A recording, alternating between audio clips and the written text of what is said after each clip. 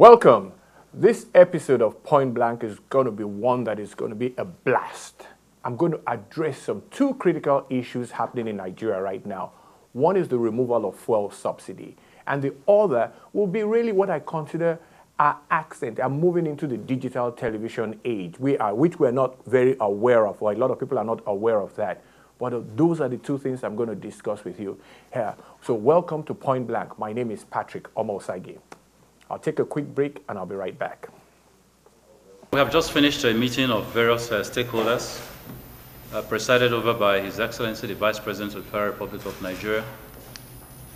The meeting had in attendance the leadership of the Senate, House of Reps, the Governors Forum, and the labor unions were represented by the Nigeria Labour Congress, the TUC, NUPENG, and PENGASN. The meeting reviewed the current fuel scarcity and supply difficulties in the country, the exorbitant prices being paid by Nigerians for the product, and these prices currently range on the average from 150 naira to about 250 naira per litre countrywide. The meeting also noted that the main reason for the current problem is the inability of importers of petroleum products to source foreign exchange at the official rate due to the massive decline of foreign exchange earnings by the federal government. As a result, private marketers have been unable to meet the approximate 50% portion of total national supply of PMS. Following a detailed presentation by the Honorable Minister of State for Petroleum Resources myself, it has now become obvious that the only option and course of action now open to the government is to take the following decisions. One, in order to increase and stabilize the supply of the product, any Nigerian entity is now free to import the product subject to existing quality specifications and other guidelines which will be issued by regulatory agencies. Two, all oil marketers will be allowed to import PMS on the basis of forex procured from secondary sources, and accordingly, PPRA templates will reflect this in the pricing of the product. Pursuant to this, PPRA has informed me that it will be announcing a new price band effective today, and that the new price for PMS will not be above 145 naira per litre. We expect that this new policy will lead to improved supply and competition, and eventually drive down pump prices as we have experienced with diesel. In addition, this will also lead to increased product availability and encourage investments in refineries and other parts of the downstream sector. It will also prevent diversion of petroleum products and set a stable environment for the downstream sector in Nigeria. Now, we share the pains of Nigerians. Indeed, we do. But as we have constantly said, the inherited difficulties of the past and the challenges of the current times imply that we must take difficult decisions on this sort of critical national issues. Along with this decision, the federal government has in the 2016 budget made an unprecedented social protection provision to cushion the current challenges. We believe that in the long term, improved supply and competition will drive down these prices to a point where they are manageable. The DPR and PPPRA have been mandated to ensure strict regulatory compliance, including dealing decisively with anyone involved in hoarding petroleum products.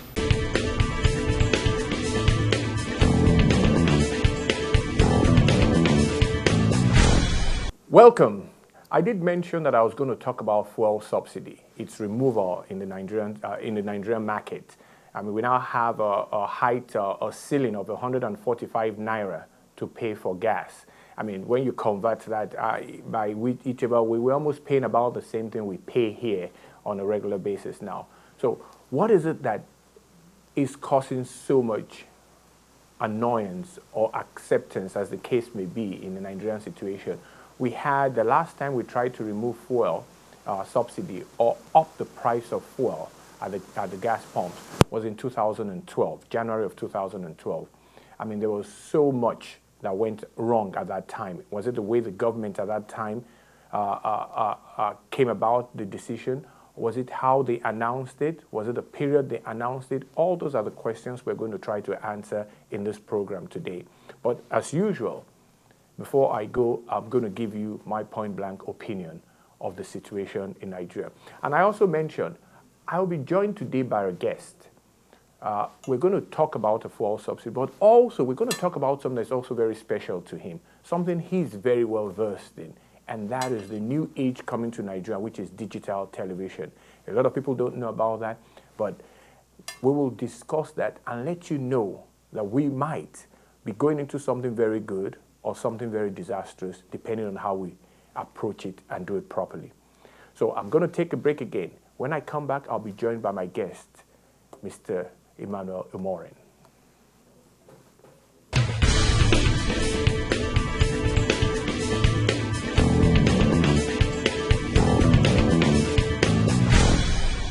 Welcome back to Point Blank. Remember, you can reach me on my Twitter handle, PJ Osage, or use the Twitter handle of the program, which is #PointBlank.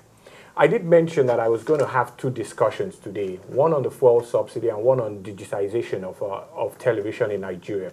So with me in the studio, right here in the studio from Lagos, Nigeria, is Mr. Emmanuel Umorin. Before you get to see him, Mr. Umorin is what? He's a legal practitioner.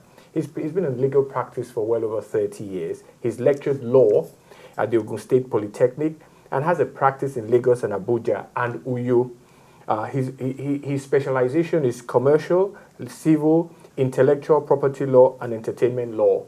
You know, look, these are some of the areas in law that is really kind of rare. A lot of people don't pay attention to it, and that is why he's here on this program with me today. So let me again welcome Mr. Emmanuel Umorin to this program. Welcome, sir.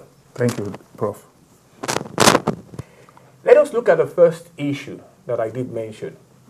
We're talking about fuel subsidy, its removal in Nigeria. Just give me your, what's your take, just your first reaction to this? My first reaction is shock. Shock in the sense that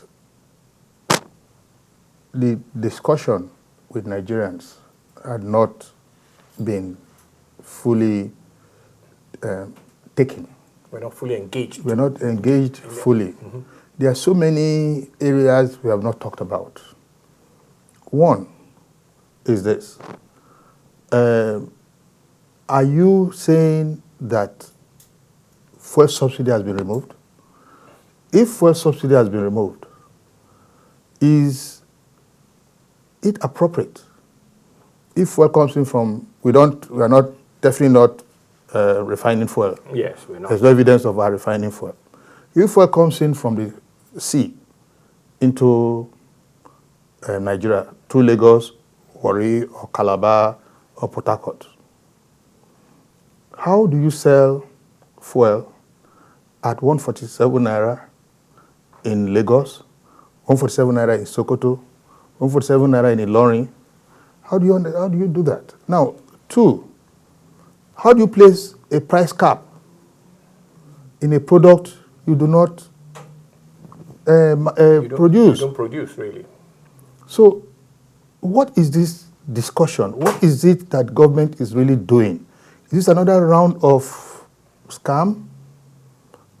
Another thing is this.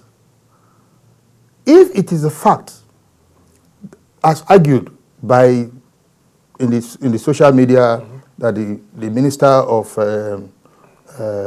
Petroleum, Minister of State for Petroleum has said that when they import the fuel, there are some deals that are done. The inspector goes in to inspect and shaves off some amount for the importer and all those. Are they saying that out of 180 million Nigerians, we cannot get 30 people that can be made to inspect this? To be honest. 30 honest Nigerians that can go and inspect this containers of, these shiploads of fuel and determine the people who are bringing that, look, this is the quantity that you brought. Well, is it possible, sorry sir, is it not possible that a company like SGS, which has been doing, which works all over the world, which has a reputation, can be brought in to do this inspection? What is happening?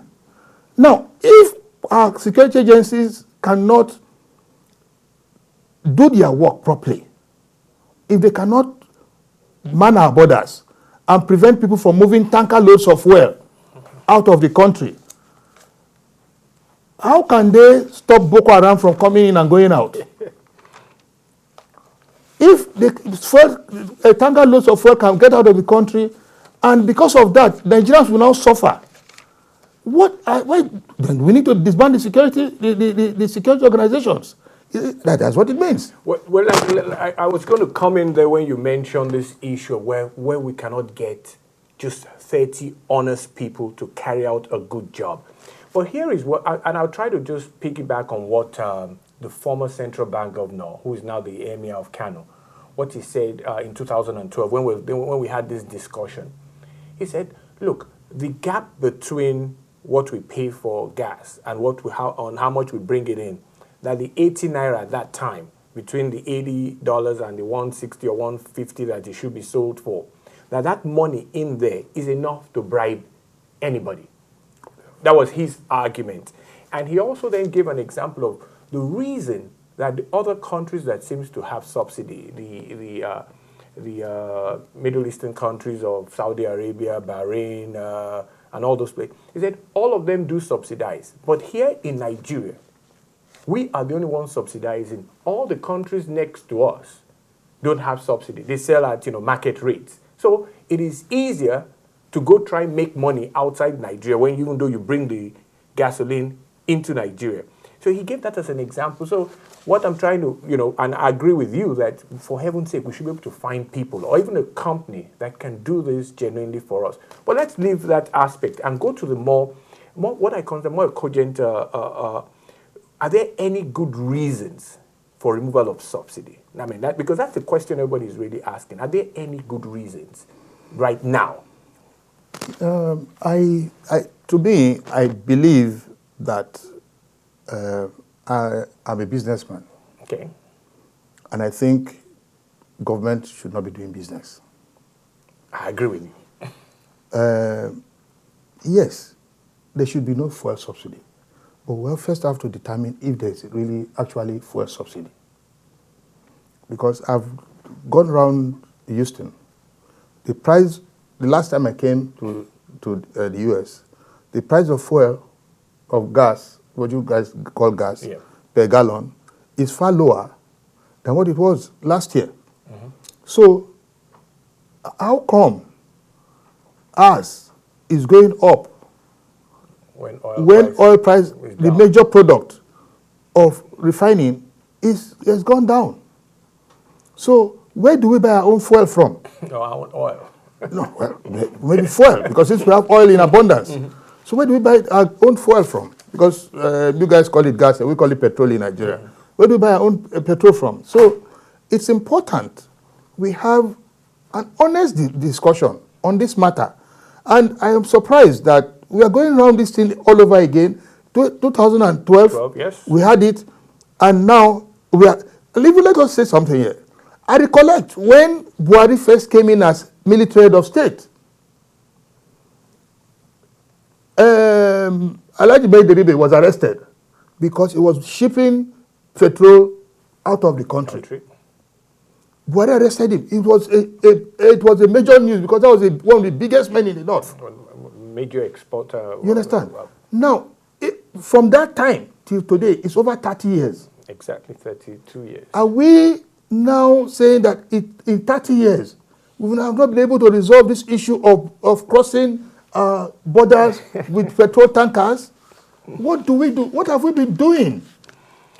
Well, unfortunately, the Nigerian situation still comes out to almost be a repeat of everything. There's nothing that is new in our system. I mean, the stealing of petroleum products that come in, that we ship in, that we spend hard-earned foreign exchange to ship in and all that. We sell across the border. It's been going on and on. I did say at one time, I think in another program, that there was a time I had a little bit of contract. You know how we all used to get small contract. I used to get diesel from Isolo Depot, and I had only one client, and that was Cadbury in those days. I would collect 7 shipments a week or something, and every week I was there, I was always being offered almost 3 times what our Cadbury would give me so that people can take it across the border. every week. So it has always been there, and we're talking about well over 30 years ago. So, but let's finish this issue on this fuel subsidy debate. Really, not more of why is it different this time? Because you mentioned 2012 when it first happened. Are you thinking that this government might also revert and lower the price a little bit if there's a lot of upheaval about it? Or what do you think? But why is there some, because to me, there's a little bit of a difference between what happened in 2012 and what is happening now. So what's your take on that? What do you see? I think there are two things to it. One is strategy. There's more strategy here. And two, let's be honest with ourselves. The Southwest is part of government today. Southwest controls the press. All the civil organizations are in the Southwest. The major civil. The center of the strike in 2012 was Lagos. Was Lagos, yes. And anything that affects Lagos affects Nigeria because the whole world passes through Lagos. The same people who debated against the removal of fuel subsidy in 2012 are the ones that are debating the other side now. But the only thing I have read through so many of the write-ups in the social media, yes, we don't need fuel subsidy. But what are the palliatives? What have been put in place? Today, the Lagos State government has donated 50 buses to BROT. What is 50 buses in Lagos State? Of 15 million people? If we knew from 2012 that first subsidy had to go, what has been put in place? How many rail lines have been constructed in Lagos to help alleviate this problem? The movement on the Lagos Lagoon, what has happened? The waterways cannot be properly navigated. They are not being it's not utilized lit. at all. The Lagos State government built up a jetty in Ikorodu. For 8 years, that jetty has been dead. It has not been used. So what is government? Is government being responsive? Look, my office have called me. People in my office have called me. The price of everything has shot up by over 200%. Well, let me stop you there, because if we go on this, I mean, Mr. Morin, I mean, look, first of all, you're watching Point Blank, and I have as a guest Mr. Emmanuel Umorin out of Lagos, right in this studio with me here today. And he's actually giving you really an emotional, I don't want to call it a speech, but you can actually feel his emotions about how he feels about the situation going on right now in Nigeria. Let's not forget one thing. These things that are happening in Nigeria have been happening for quite some time, and it is major to anybody who's a Nigerian. Either you live at home or abroad like I do, but we must have to solve it one way or the other. So we're going to take a break. When we come back, Mr. Morin is still going to be here with me, and we're going to go to our second issue, which is also very dear to him, which is what I call the digitization of television in Nigeria. Nobody seems to know about it, but he knows very much about it. So we'll take a break, and I'll be right back.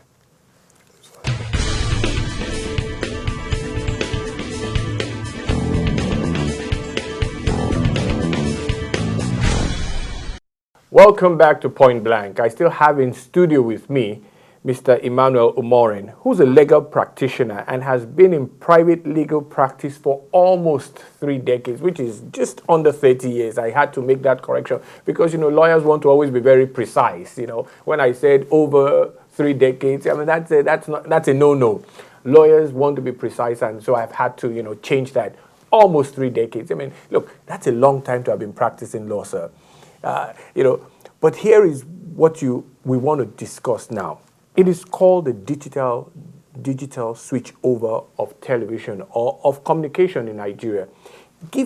I know a lot of people are wondering, okay, what is Mr. Omosage up to on this program today? Give us a brief overview of what the digital switchover means for us in Nigeria. The digital switchover is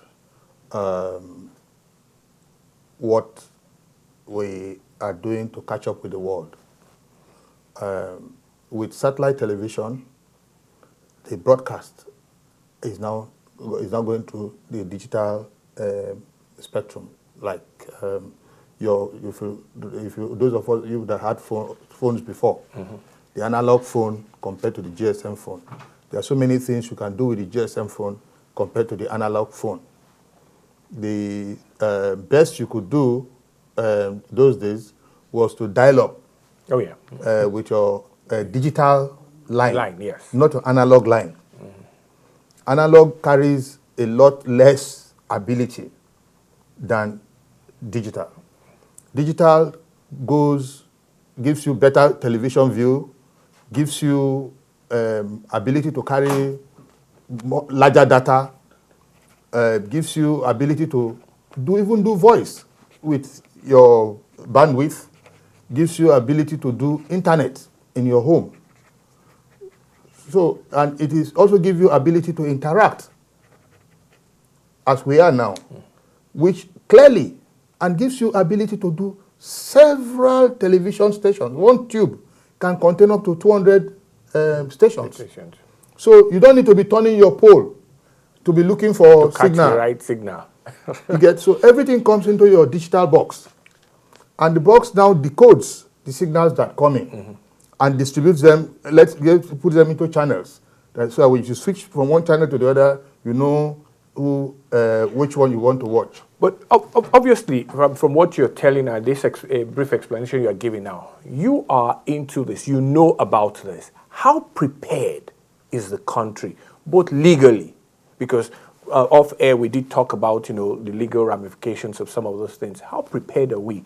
Because not too many people have an idea. They just want to watch TV, but they don't know all this that you're bringing to us. But how prepared as a country are we to really get into this real big? Because you not only look at it as an advancement, you also look at it as a way that the country can breed new business enterprises in it. So how prepared are we? Thank you very much for this question. From what I have seen, we are definitely not really prepared. The discussions have not reached not brought the proper audience to the table. There are so many audiences that are there. They are the regulators. Yes. They are the legislators. They are the entertainment people. They are the IP companies, people who own the satellites, who own like Google, who own things like Microsoft and all those. These are companies that can come in because all these platforms, all these things you are going to run are going to be run on platforms. Yeah. And the various platforms will want to come in and protect whatever they're bringing in, their intellectual property rights. Now, I want to give you an example. There's something that happened. I read, I had to discuss it the other time, and it is something that has created some major issue. It has given some embarrassment to Nigeria as a country. There is a decision so far that has not reached the Supreme Court of the Court of Appeal in Lagos. The case was the case of Frankie and against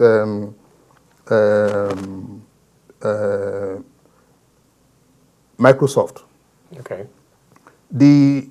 It is a Court of Appeal decision where the court held with respect that Nigeria Copyright Act, Section 41(3), which insists that for anybody to be able to enforce his copyright in Nigeria, he must have a certificate from the minister.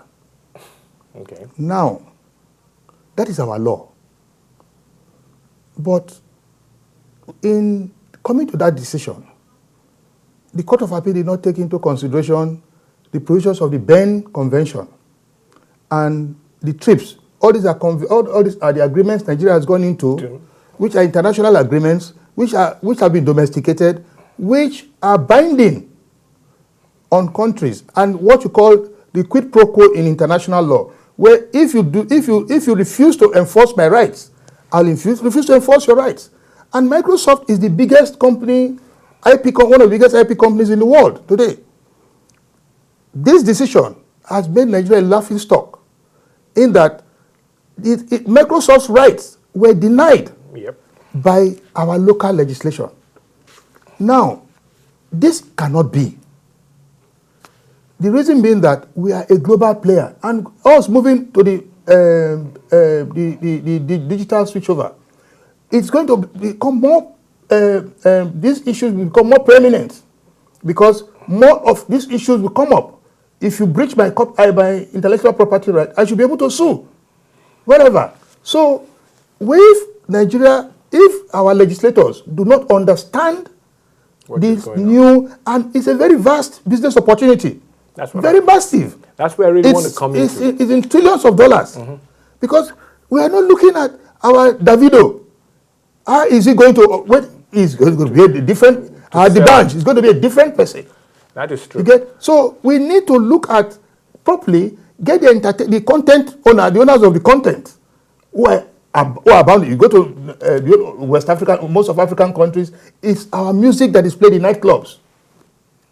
It's played on radio here. It's played on radio. If you go to any party, any nightclub in Houston, go to Las Vegas, any African club, it's Nigerian music. No, you don't even have to go to an African club. It's even played on, the Box, which is a major African American station here. They play a lot of Nigerian mixes, a lot, So, but let's conclude this. Let's conclude this discussion. You've talked about when we talked about the fuel subsidy, or about the situation in Nigeria. You did mention that there's so many things that we don't bring in enough players in trying to make a decision. You said, look, this fuel subsidy, where a lot of people engaged. Almost what you're saying here as regards this digitization of television. Do you believe that enough people are, because you mentioned the entertainment industry, for instance, what other areas of the Nigerian economy should be engaged for us to get, the best out of this new, because like you said, we should be part of the world. Everybody has gone digital. We should be part of the world, makes us a bigger player. What other areas of Nigeria, apart from the entertainment industry, should be engaged in order to get the best out of this?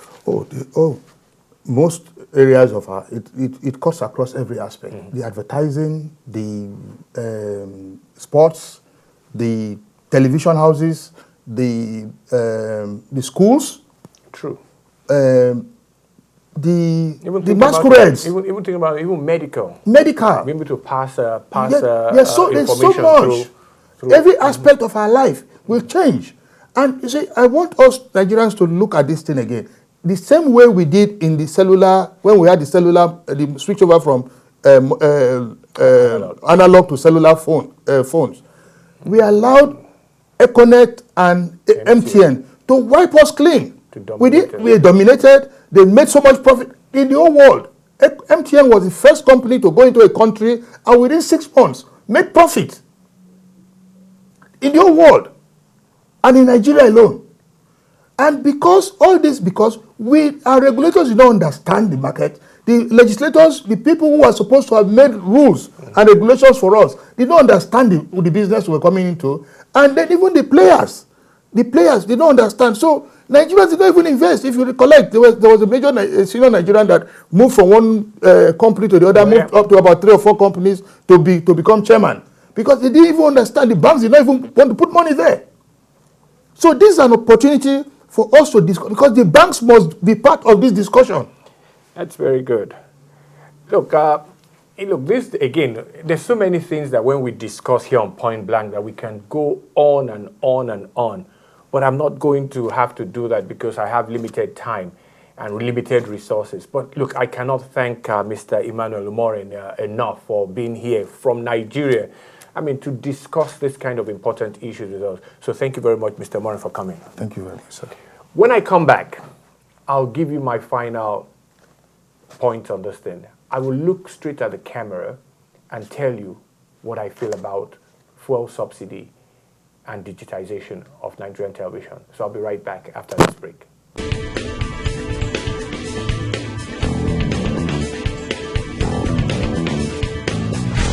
Welcome back to Point Blank. This is my last segment, and this is a segment I usually just try to tell it as straight as I can.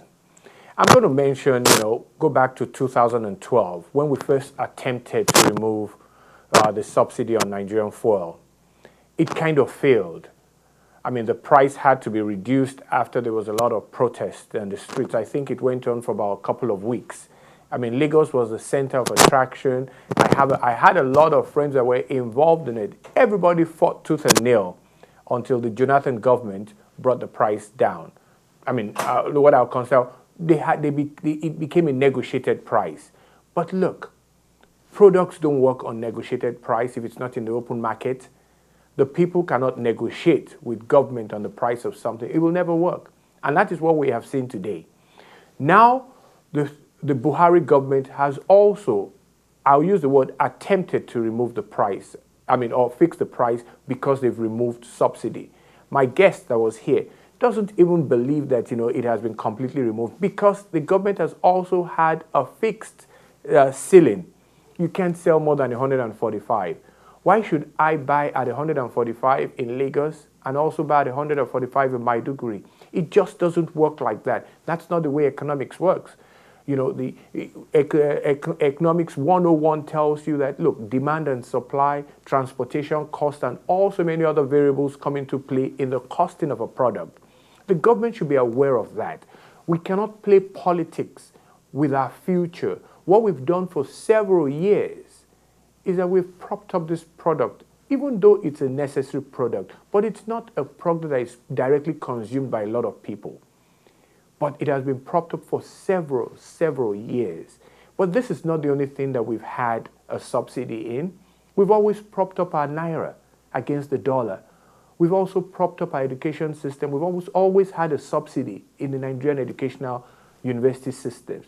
There are a lot of things we subsidize, but to whose benefit? To just a few people? We have to start to think about how we can run a government with simple principles of economics. Demand and supply, costing things the proper way in order to make profit, which in economics is profit and loss. After all this is said and done, really, it is everything that a government should do should be to the benefit of the people. So let us wait and see if this removal of subsidy is to the benefit of the Nigerian people. I hope you've enjoyed this program tonight. Again, I'll have to thank my guest that was here from Nigeria, Mr. Emmanuel Morin. But I'll be back with you, same time, same place, next week. Have a good day.